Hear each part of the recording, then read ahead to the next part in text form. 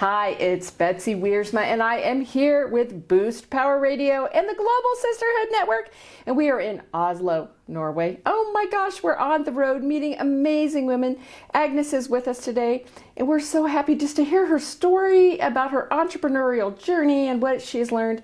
Agnes, introduce yourself to your new sister friends around the world.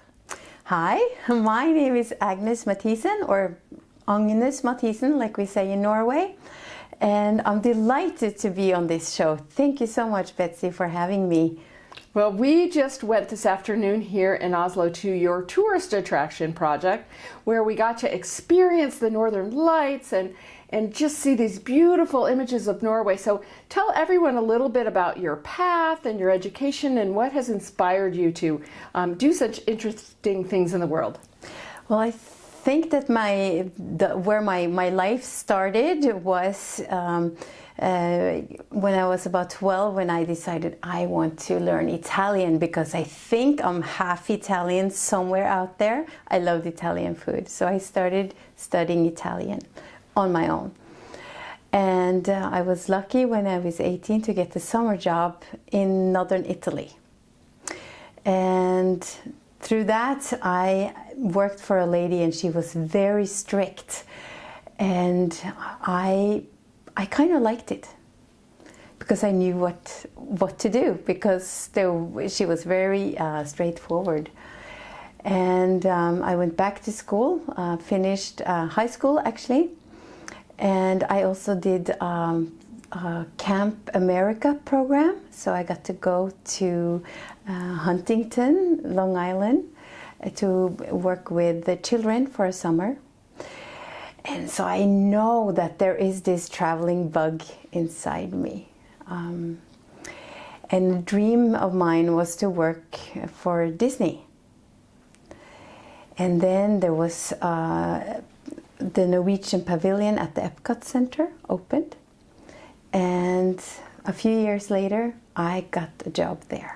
Wow, that's so exciting. Yes, it is very exciting. After high school, I did 2 years of additional schooling, but I didn't take a degree. I went to Disney, and again, I loved it. I loved the American way of service, the way that you treat people, the whole idea of the United States, and Disney was my real first meeting with that culture, except from what I had in Huntington. And I also always wanted to work on a cruise ship. So I took a trip down to Miami, and I met with Norwegian Cruise Lines, and they hired me. So instead of going home after working at the Epcot Center for a year and a half, I started working on the largest cruise ship in the world, the SS Norway. The SS Norway, great. So maybe some of you have heard about this great lady, the SS Norway. She's no longer here, but I got to work on her for 2 years as a crew member at the reception desk. And then I got promoted to different kinds of jobs that you can have on board. It's really fun, because if you do well, and then you get the promotion, and then you get the promotion, and then you get the promotion. And I really liked the United States. We went to Alaska with different ships, but we went to Alaska. I was in Mexico, I was in the Caribbean, and on vacation I went cruising. So I would go to Europe on the cruise ship, and I met a lot of wonderful people and a lot of mentors who believed in me and helped me reach the next level. So I got some good self-confidence on that journey. Then I applied for the green card, and I won it in the lottery. So now I could get a land job in the United States.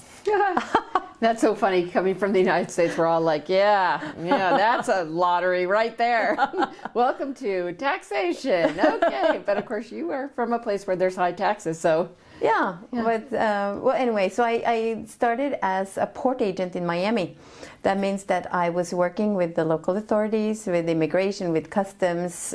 It wasn't Homeland Security at that point, because it was before 9/11. I took care of the ships when they came in, made sure that they got cleared so the passengers could go ashore, their bags, and that we were clear to load new passengers and stores and all the business that is necessary to have in place in order to sail away. So I did that for Norwegian Cruise Line. And then there was this position, Manager Port Operations. I would be in charge of about 400 ports around the world. So I wrote an application and I got the job. Wow! So your story you keep getting it and getting it and getting it. So that's good. That's a good piece to the story. Yeah. So, and at the same time, I was also part of the Norwegian American Chamber of Commerce, and I was president there for a year. That was also a lot of fun. Excuse me. But I think the most fun, interesting job I ever had was the almost 5 years as manager of port operations for Norwegian Cruise Line. I got to travel all over the world. I was in Hawaii, I was in Barcelona, I was in Turkey, I was in Norway, you name it. Yeah. And I met a lot of wonderful people, and I really enjoyed it. Now, I never went out to Miami, so if I had friends coming to, I didn't know which nightclub to go to because I was always working and I was traveling on short notice and that kind of thing. But I went on vacation with my mom and some of her friends. And we went to China for 3 weeks or 12 days. And I realized if I can't talk about work and if people are not trying to sell me something, I don't think I can really talk to people just like me. And that was really strange, a strange feeling. And then my brother just had a daughter. And so I decided if I don't end this now, it's going to be the same, because a lot of men in the cruise business at that time, they had their wives at home that would do their cooking and their cleaning and take care of the kids, and I did the whole circle myself. And I realized that I'm not going to get any kids, and I'm not going to get a balanced life if I don't change something. And so I resigned, and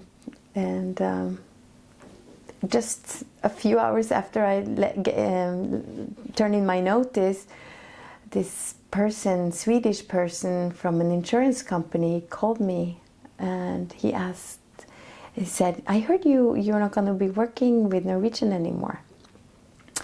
We have this job for you that you might find interesting, and you can work from home, so you can go to Norway, or you can stay in the States. We would like you to create a network of medical facilities worldwide for an insurance package catering towards seafarers. Because seafarers are often changing ships or changing companies in order to get the better salary. Mm-hmm.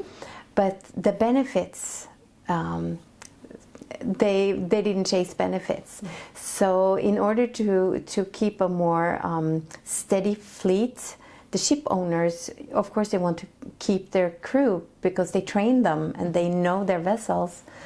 They wanted to give them an insurance so that they could, when they were on vacation, they could get treatment, or their wives could get maternity assistance, that kind of thing. Right. So I got that job, and I had an office in Mumbai and in Manila, and I was in Oslo, and I was in Miami. Wow. Yes. Okay, but you're so young. So now you're 20. Okay, what now? No, I was at that time.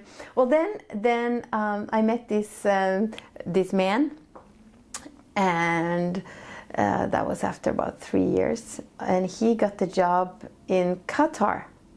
Well, we got married, and the day after our wedding day, he got a job in Qatar, so I decided to go with him, of course. So we moved to Qatar, and my 2 children were born, one born there and one in Norway, but we lived there for almost 4.5 years. And then we moved back to Norway. And wow, I didn't have any contacts in Norway. My husband at the time wanted to move to Norway. He was Mexican, and he had a job offer. And I did not have any network here. I didn't know anyone except one captain that was now chairman of the Flåm Railway in Flåm. It's a famous attraction in Norway. And he said, we would like to do better with the cruise industry. We would like more cruise calls and increase our relationship with the cruise lines. And I know that you worked in operations with the cruise line, and the cruise lines, they work together on the operational issues in different ports. So I was extremely blessed. I got the job after just a few months, and I worked there for about 4 years. And then Visit Oslo needed someone and the Port of Oslo to increase the cruise calls, because Oslo used to be a very popular cruise destination, but the number of calls almost halved in just a few years. So in the middle of that project, I stepped in and I took over the job. So that's... Well, it sounds like in all these cases, you were kind of the go-to, get it done person. And what would you say if you wanted to tell women some advice? What would be your number one thing you would tell them from someone who's been in a lot of different opportunities? Not say no to an opportunity. I said no to an advancement, to a promotion, because it was in a different department, and my girlfriend, a friend of mine, she did it before me, but she got fired because she didn't manage. And so I thought I had the risk. And the person that, well, I love my path anyway, but the person that took over since I said no thank you to the promotion, he climbed and got to go, a lot of exciting places with his career. And I can remember that really, why didn't I believe in myself? Of course I could do it. Right. Yes. And that's something we always hear about women. When there's a job, a man says, yeah, I can do a part of it. I'm sure I can do it. And a woman says, I can only do most of it. Yeah. I need to wait. Exactly. like we have to be more perfect. So we also ask you, what would be your global statement to women? So we like to sometimes edit this and use this. If you were just going to speak into the hearts of women, as a woman who's been so successful and has had opportunity to serve in so many great places, what would be your statement? It's to know that you have a lot to give, and that people would like to see what you have to give, that every single person has a lot to offer in their own way. And I think it's our duty to try to shine in our way, in the way that we can, and let people see that. I don't think we have the right to keep our own talents to ourselves. I think we're like Earl Nightingale. He was an American speaker. He said that God has given us so many gifts and talents, and our gift back to God or to the universe is to do the best with the gifts and share them with others. Perfect. Yes, and I agree to that. Super. And my last question is, what are you excited about now? Oh, on Friday I'm starting a new job. I'm going to be head of sales and marketing for the Viking Planet. It's an awesome new destination opening in Oslo attraction.